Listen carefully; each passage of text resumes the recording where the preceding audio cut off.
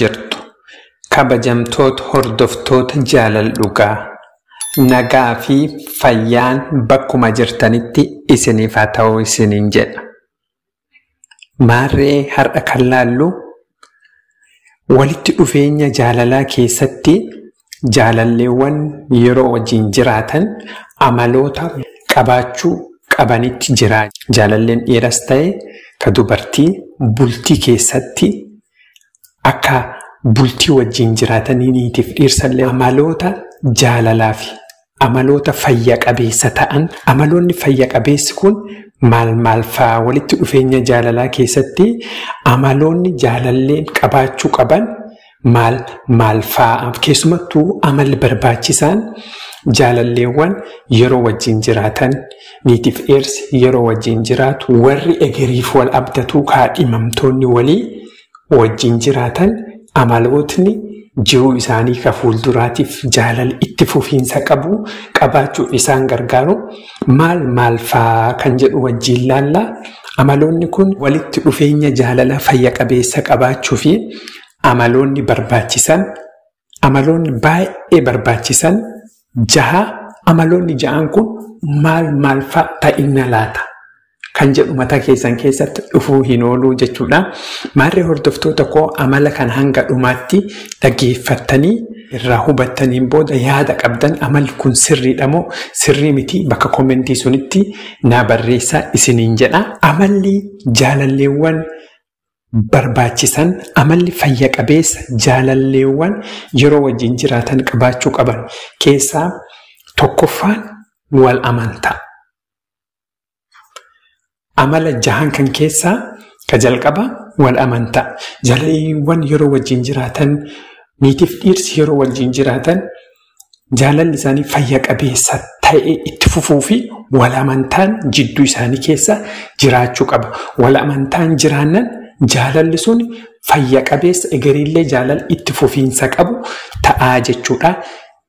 Kanaafuu wal amantaa qabaachuun wal amanuun jaalala keessatti jaalalleewwanii fi waan barbaachisu.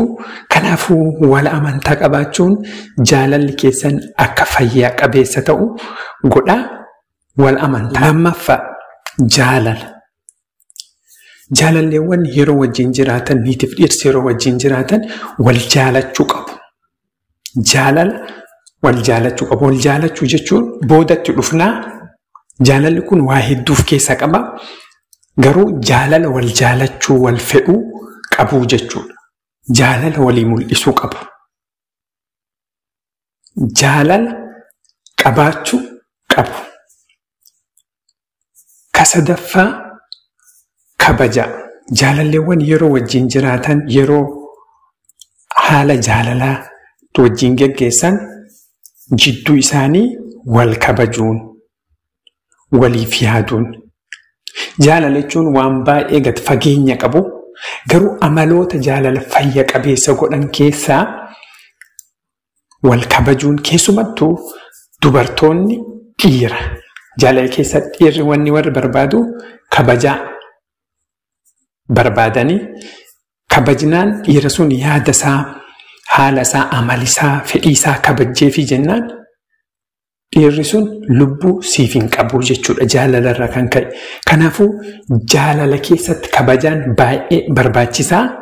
Dubartootaafis kabajaan ni barbaachisaa. Garuu dhiirotatti irra kabajaa barbaadanii haa ta'u ammoo walumaa galatti jaalala keessatti kabaja walii qabaachuun wal kabajuun baay'ee akka jaalalli sun fayya qabeessa ta'u godha. Akka jaalalleewwan jidduutti fayya qabeessa ta'uu fi amaloota barbaachisan keessaa ka arfaffaa dhugaa dubbachuu. Waan ta'e irratti waan jaalalleewwan waliin godhan irratti dhugaa dubbachuun jaalalli sun akka fayya qabeessa ta'u akka wantoonni akka amantaa wal amanuu yaanni biraa akka jidduutti hin kaanne dhorkuu fi waan jiru dhugaaf dhugatti ifaaf ifatti waliin dubbachuun jaalalleewwan akka jaalalli isaanii cimu godhaa jechuudha.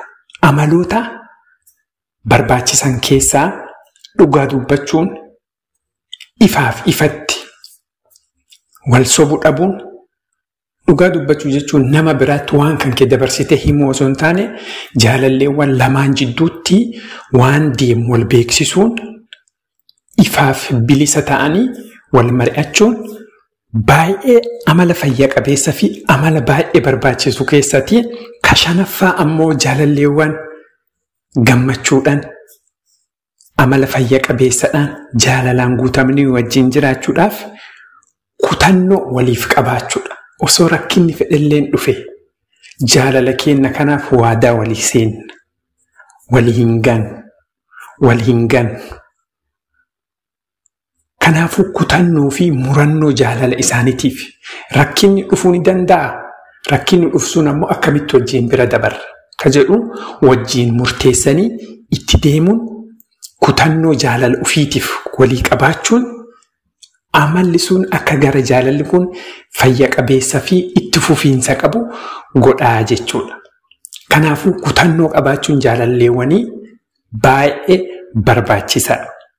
Ka biraa ammoo ka ja'affaa jaalalli tokko fayya qabeessa ta'uu fi amalli ja'affaan michuu waliif ta'u waan barbaade irratti nama biraa wajjin rakkinna ofii waliin mari'achuu biraa jaalallee kan kee michuu godhattee jaalallee kan kee hiriyyaa godhattee wajjin mari'achuun wajjin dubbachuun wajjin haasa'uun ifaaf ifatti bilisaan wajjin dubbachuun jaalalli sun akka fayya qabeessa ta'uu fi akka itti fufuu godhaa jechuudha.